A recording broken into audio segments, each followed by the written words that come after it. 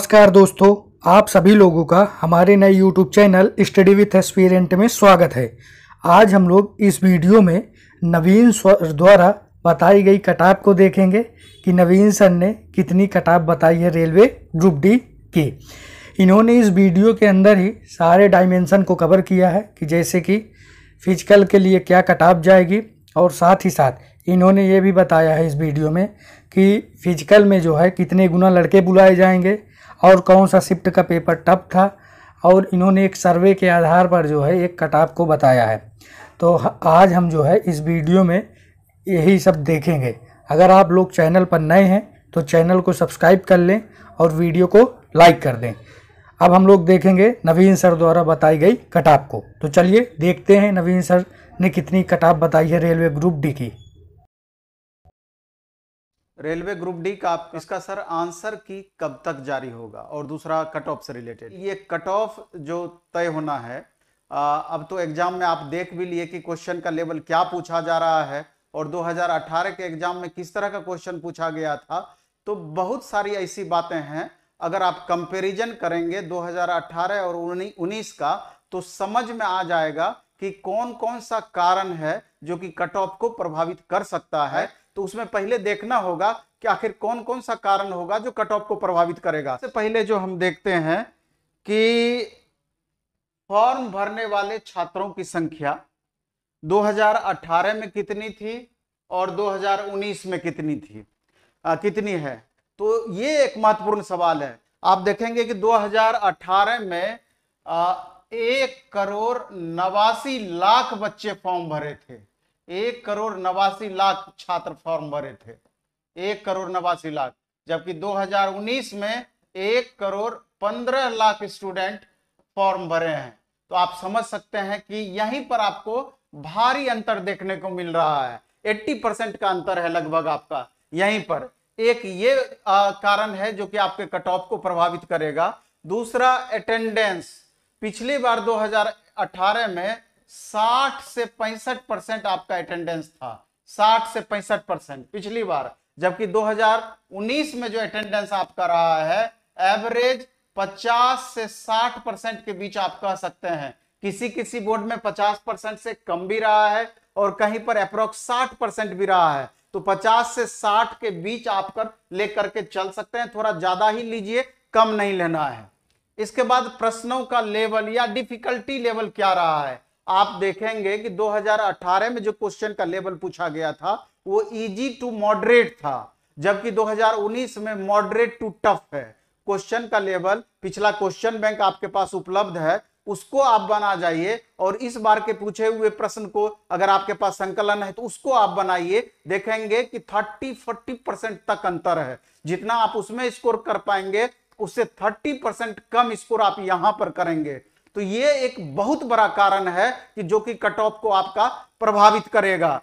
Question का level यानी कि डिफिकल्टी लेवल 2018 के बनिस्पत 2019 का। यहां पर आप देखेंगे कि मैथ रीजनिंग ठीक ठाक है, उसमें 10-5% का अंतर है, बहुत ज्यादा का अंतर नहीं है। हाँ, मैथ और रीजनिंग में एक चीज जरूर है कि मैथ जो है कैलकुलेटिव मैथ है, और रीजनिंग में भी आपको अधिक समय लगने वाला रीजनिंग यहां पर पूछा गया है, जबकि पिछली बार वैसे क्वेश्चन की संख्या कम थी।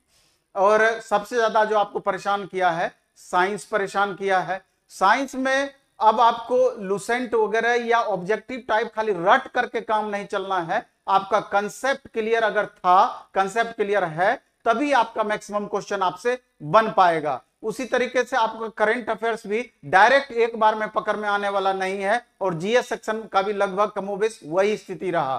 तो ये सब जो मुख्य कारण रहा, ये आपका बहुत ज्यादा प्रभावित कट ऑफ को करेगा। इसके बाद 2018 में आपका नॉर्मलाइजेशन वाला प्रोसेस था 2018 में, जबकि 2019 में आपका परसेंटाइल वाला प्रोसेस है। नॉर्मलाइजेशन और परसेंटाइल में बहुत अंतर है। आप नॉर्मलाइजेशन में देखेंगे कि 4-5 नंबर से लेकर के 10, 12, 15 नंबर तक का उथल पुथल रहा है, जबकि आपका परसेंटाइल में मुश्किल से 1 से 3 नंबर का आपका फर्क पड़ेगा। तो ये बहुत बड़ा कारण है कि जो कि आपके कट ऑफ को प्रभावित करेगा।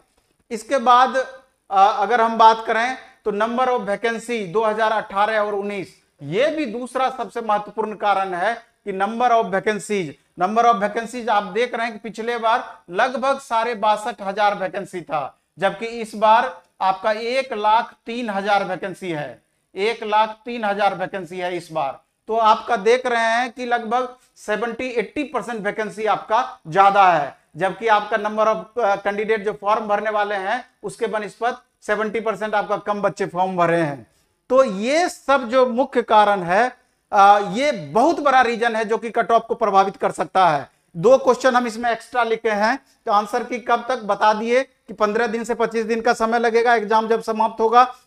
एक और बच्चा जो मैक्सिमम क्वेश्चन हमसे पूछता है कि नेक्स्ट वैकेंसी में ITI पूरा होना जरूरी है क्या?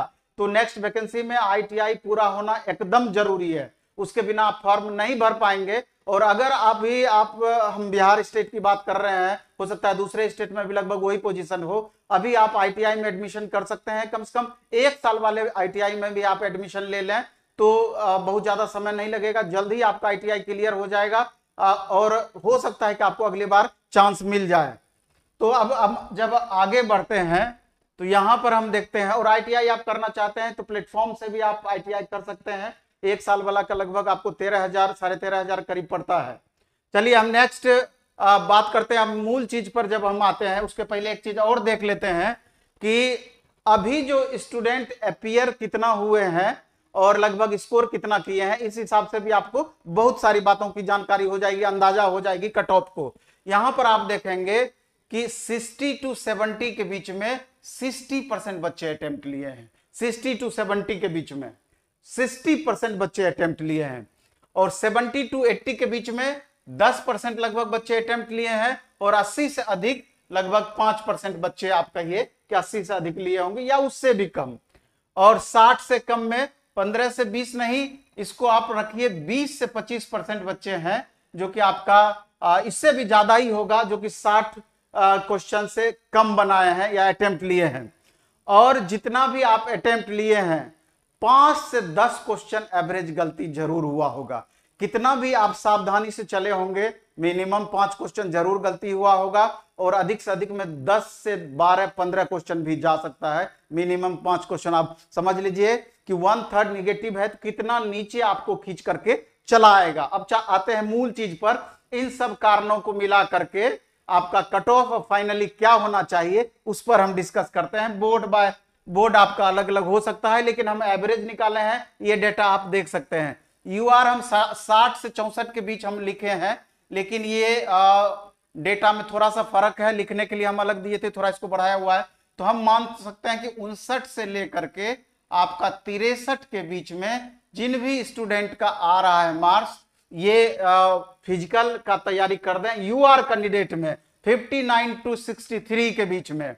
और अगर EWS इसके बाद OBC की अगर हम बात करें तो यहां पर आप देखेंगे कि OBC में 57 से लेकर के अगर 61 के बीच में आ रहा है तो निश्चित रूप से फिजिकल की तैयारी करें। और EWS कैंडिडेट में आपका 56 से लेकर के 60 के बीच में आ रहा है तो आप फिजिकल का तैयारी स्टार्ट कर सकते हैं।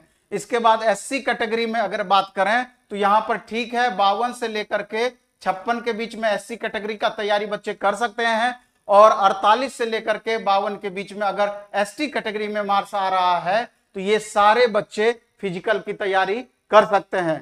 और चूंकि 3 गुना स्टूडेंट को बुलाया जाएगा फिजिकल टेस्ट के लिए, यानी कि 1,03,000 वैकेंसी है, तो करीब 3,10,000 बच्चों को लगभग फिजिकल के लिए बुलाया जाएगा। इसके बाद अगर फाइनल कट ऑफ की हम बात करें तो इसमें 4 से 5 नंबर आपको प्लस करना पड़ेगा फाइनल कट ऑफ के लिए।